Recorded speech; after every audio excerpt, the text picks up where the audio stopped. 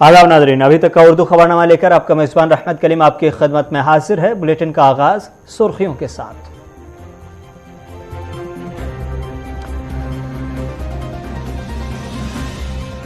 वज़ीर दाखिला अमित शाह कल 2 दिनों के दौरे पर जाएंगे। सुबह जम्मू सिक्योरिटी सूरत हाल का लेंगे जायजा। ट्यूलिप गार्डन की सैर करने वालों के लिए आई अच्छी खबर, 23 मार्च से खोल दिए जाएंगे दरवाजे। हिजाब पर अदालती फैसले के एहतजाज में रियासत कर्नाटक के अंदर आज मनाया गया बंद, शाम तक देखने को मिला असर।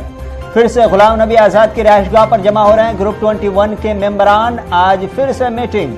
अधीर रंजन चौधरी का ग्रुप 21 पर निशाना, कहा पार्टी के हक में बात हो रही है तो सोनिया गांधी से क्यों नहीं मिलते।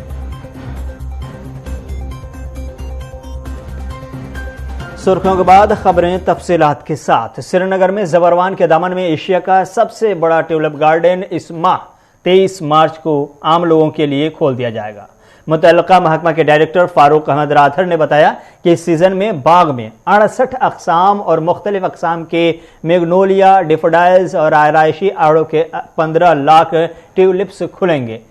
गुज़श्ता साल 3.25 लाख ज़ायरीन ने बाग का दौरा किया था और इस साल तादाद में इजाफे की तवक्को की जा रही है।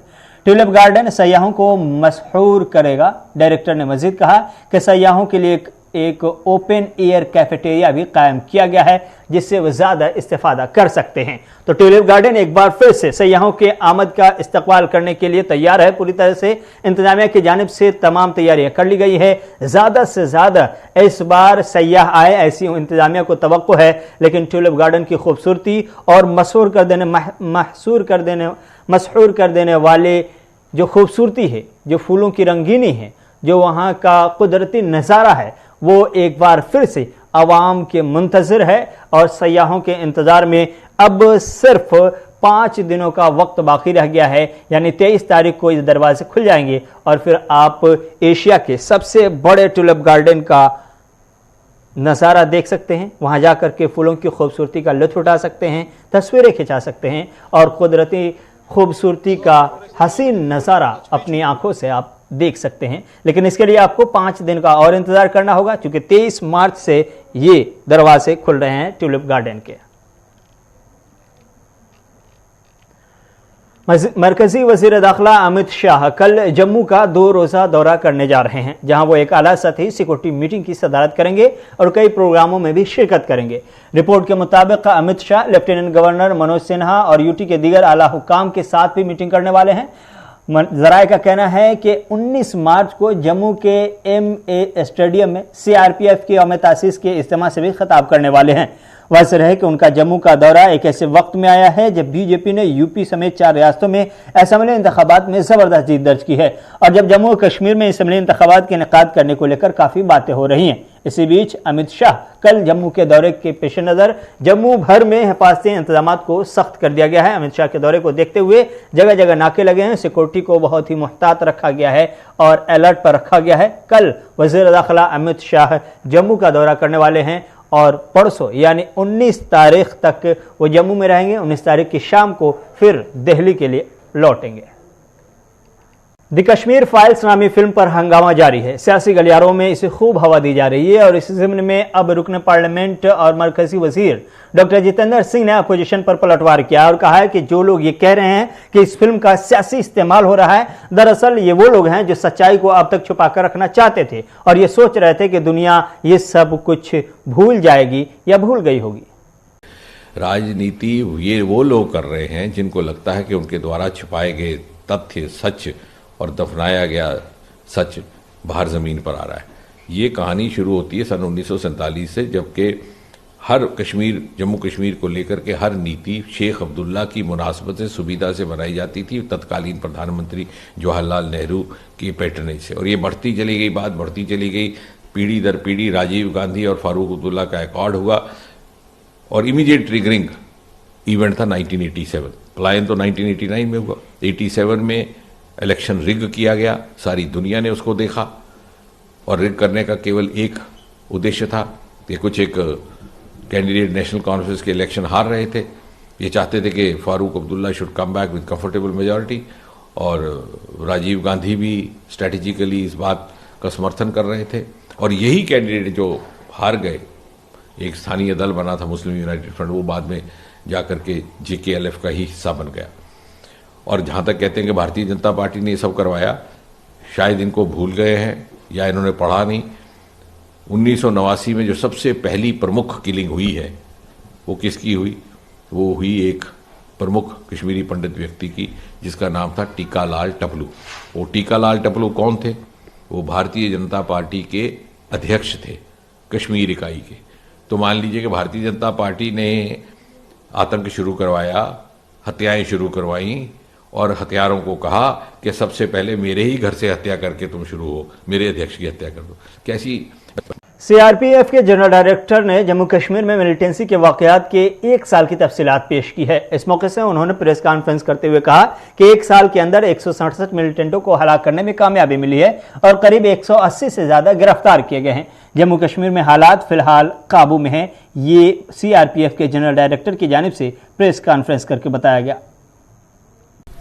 जम्मू कश्मीर के फील्ड में टेररिस्ट किल्ड इज 167, एप्रीहेंड माने 1 साल का, एप्रीहेंडेड इज 182, सरेंडर्ड इज 2। हमारा जो जनवरी का महीना था, दिसंबर और जनवरी has been very good for security forces. Number of operations जितने हमारे हुए थे, उस ऑपरेशंस में सक्सेस रेट काफी अधिक थी। उसमें डेफिनेटली आप सभी समझ रहे होंगे कि पिछले 370 के हटने के बाद से पत्थरबाजी की घटनाओं में बहुत कमी आई है ही नहीं, ऑलमोस्ट नील के बराबर है। और इनके अटैक भी, फॉरेन टेररिस्ट के आने की जो संख्या है वो भी काफी। कुपवारा में नेफ्ड और हॉर्टिकल्चर डिपार्टमेंट की जानिब से HDFC के ताउन के साथ आज एक दिन का बेदारी प्रोग्राम नौजवान लड़कियों के लिए मुनक्किद किया गया, जिसमें बड़ी तादाद में लड़कियों ने शिरकत की। इस प्रोग्राम के दौरान नौजवान लड़कियों को अपने पांव पर खड़े होने के लिए, रोजगार पैदा करने के लिए उन्हें बागबानी से लेकर अचार यानी पिकल प्रोसेसिंग मेथड्स बताए गए और उन्हें मार्केट में किस तरह से उतारा जा सकता है, किस तरह से उसको रोजगार का बड़ा गोल बनाया जा सकता है, इस हवाले से भी उन्हें जानकारी फराहम की गई। हमारा एक यहाँ FPO चल रहा है। हमारे FPO का नाम है अथवास फॉर्टिफाइड प्रोड्यूसर कंपनी लिमिटेड, और हम यहाँ पे जो प्रोग्राम करवा रहे हैं ये किसान फर्स्ट, ADFC किसान फर्स्ट की से हम करवा रहे हैं। यहाँ पे बहुत सारी लड़कियाँ हमने बुलाए हुए हैं, ताकि हमारा बस मेन मकसद यही है उनको बुलाने का यहाँ पे कि वो अपना रोज़गार कमा सके, क्योंकि लड़कियों को हर टाइम हर हमेशा अपने पैसे की ज़रूरत होती है, क्योंकि ताकि वो अपने खुद पैरों पर खड़े हो जाएँ। हमने उनको यहाँ पर ट्रेनिंग दे दी है, आज पिकल्स की, जैम की दे दी हमने ट्रेनिंग। हम धीरे धीरे उनको हर किसी, जैसे कुछ लड़कियां इंटरेस्टेड है मशरूम में, हमने यहाँ ट्रेनर बुलाया है ताकि वो हर किसी चीज़ की ट्रेनिंग ले सके और अपना रोजगार कमा सके, अपने पैरों पे खड़ा हो सके। जितनी भी सारी स्कीम्स हैं इनको मतलब पता नहीं होता है, हमने वो सारी स्कीम्स इनको बता दी, कहाँ पे आपकी सब्सिडी मिल सकती है, क्या स्कीम्स आपको मिल सकती है। इनको सरकार की तरफ से फ़ायदा मिलना चाहिए, यही हमारा मेन मतलब है आज यहाँ आने का। स्टेट इंचार्ज हूँ FPOs का, funded by NAFED and executed by ISAP new Delhi. तो हमारे सारे डिस्ट्रिक्ट्स में हमारे FPOs है। तो आज हमने ये जो प्रोग्राम करवाया था, ये स्पेशली कुपवारा FPO प्लेस ये सुगाम में है। तो हमने क्या, जो FPO मेंबर्स हैं हमें, स्पेशली जो वुमेन मेंबर्स है, तो उनको बिजनेस की तरफ, एंटरप्राइज की तरफ लेके जाने के लिए उनको हमने आज पिकल्स पे ट्रेनिंग करवाई, ताकि एक अपना छोटा मोटा सेटअप ये स्टार्ट कर सकते हैं और अपने आप को रोजगार कमा सकते हैं। किश्तवाड़ में आज NDRF की जानिब से एक मॉक ड्रिल प्रोग्राम का इनेकाद किया गया। इस प्रोग्राम का मकसद जम्मू कश्मीर इंतजामिया में अगर किसी भी किस्म की सूरत हाल किसी इलाके में ख़राब होती है, कोई आफत आती है या कोई ऐसा वाक़या पेश आता है जिससे इंसानी जानों का बड़ी तादाद में नुकसान हो सकता हो, तो ऐसे मौके से NDRF की टीम को अपनी जिम्मेदारी कैसे निभानी चाहिए और किस तरह से अपना रोल निभाकर लोगों की जान बचाई जा सकती है और हालात पर कैसे काबू पाया जा सकता है, इस हवाले से बाज़ाब्ता तौर पर 2 दिनों के ड्रिल का आगाज किया गया था, जिसकी तस्वीरें आपके सामने में हैं। किस तरह से अगर कहीं पर कोई हादसा पेश आता है, किसी इमारत में आग लगती है, तो फिर वहां से किस तरह से शहरियों को निकाला जा सकता है और किस तरह से उसे मेडिकल ट्रीटमेंट के लिए बाज़ाब्ता तौर पर पहुंचाया जा सकता है। दीगर अगर इस तरह की सूरत हाल, इमरजेंसी की सिचुएशन डेवलप होती है, तो फिर वहां से कैसे शहरियों को बचाया जा सकता है, निकाला जा सकता है, इन तमाम हवालों से बाज़ाब्ता तौर पर आज मॉक ड्रिल का इनेकाद किया गया और इसमें बाज़ाब्ता तौर पर वो तस्वीर कशी भी की गई, डमी बाज़ाब्ता तौर पर पोर्ट्रेट रख करके वो कोशिश की गई बताने की कि किस तरह से आप मदद कर सकते हैं इमरजेंसी की सूरत हाल में।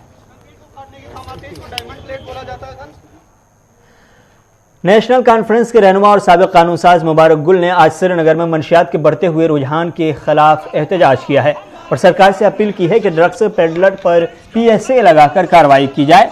इस मौके से उन्होंने अवाम से भी इस मुहिम में शिरकत करने की अपील की है ताकि ड्रग्स की वबा को फैलने से जल्द रोकने में कामयाबी मिल सके।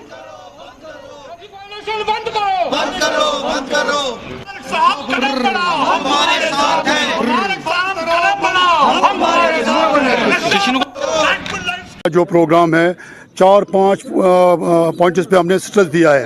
एक तो ये ड्रग मैनेज जो यहाँ चल रहा है, जिसमें आपका भी चैनल बड़ा अच्छा काम कर रहे हैं, अवेयरनेस कर रहे हैं। उसके लिए हमने आज यह किया कि हर डिस्ट्रिक्ट में हम सेमिनार करेंगे, हर डिस्ट्रिक्ट में हम जाएंगे, वहाँ पे अवेयरनेस करेंगे, कॉलेजों में जाएंगे, यूनिवर्सिटियों में जाएंगे, वहाँ के लड़कों को हम मोबिलाइज करेंगे अगेंस्ट दिस ड्रग मैनेज। और साथ साथ ये हमने किया कि जो हमारे जो मजहबी रहनुमा है उनसे भी हमने अपील की, वो भी जुम्मे के खतबे में इसके इजहार करे, बात करे, क्योंकि ये ज़रूरी मजहबी बातें भी ये भी उसमें है, वो लोगों को समझाए, अपने बच्चों को समझाए, वालिदैन अपने बच्चों को ये नज़र रखें, ये क्यों देर से आया, ये क्यों ऐसे उल्टी सीधी बातें कर रहा है। एक फैमिली को भी आज हम एक इसमें इन्वॉल्व कर रहे हैं, वो भी अपने बच्चों का ख्याल रखें।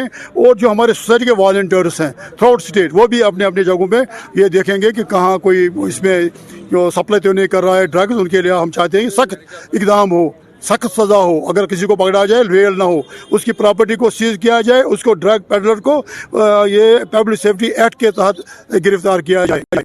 उर्दू खबरनामे में वक्त है एक छोटे से एड ब्रेक का।